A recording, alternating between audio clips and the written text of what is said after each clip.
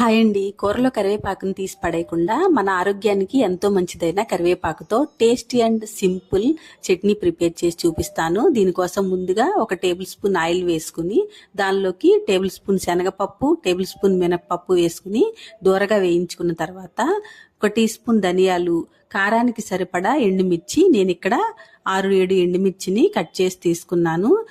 వీటన్నిటిని ఫ్లేమ్ని సిమ్లో పెట్టుకుని వేయించుకుని మిక్సీ జార్లోకి తీసుకోవాలి. అవి చల్లారేలోగా కడిగి పెట్టుకున్న కరివేపాకుని అదే ఆయిల్లో వేసుకుని ఫ్రై చేసుకోవాలి. అది ఫ్రై అయిన తర్వాత కాస్త చింతపండుని కూడా వేసుకుని తడి లేకుండా ఫ్రై చేసుకోవాలన్నమాట. దీన్ని చల్లారిన తర్వాత మనం మిక్సీ జార్లోకి తీసుకున్న శనగపప్పు, మినపప్పు, ఎండుమిర్చి, ధనియాల మిశ్రమాన్ని కాస్త కల్లుప్పు, జీలకర్ర వేసుకుని గ్రైండ్ చేసుకోవాలి. చూడండి, ఇలా గ్రైండ్ అయిన తర్వాత దీనిలోకి టేబుల్ స్పూన్ నువ్వులు యాడ్ చేసుకుని ఒకసారి గ్రైండ్ చేసుకోవాలి. ఇప్పుడు చల్లారి పెట్టుకున్న కరివేపాకు, చింతపండుని కూడా వేసుకుని కాస్త గోరువెచ్చని నీళ్లు వేసుకుని గ్రైండ్ చేసుకోవాలి. ఇలా చట్నీ కన్సిస్టెన్సీ వచ్చిన తర్వాత ఒక బౌల్లోకి తీసుకుని దీనిలోకి పోపు ప్రిపేర్ చేసుకుందాం.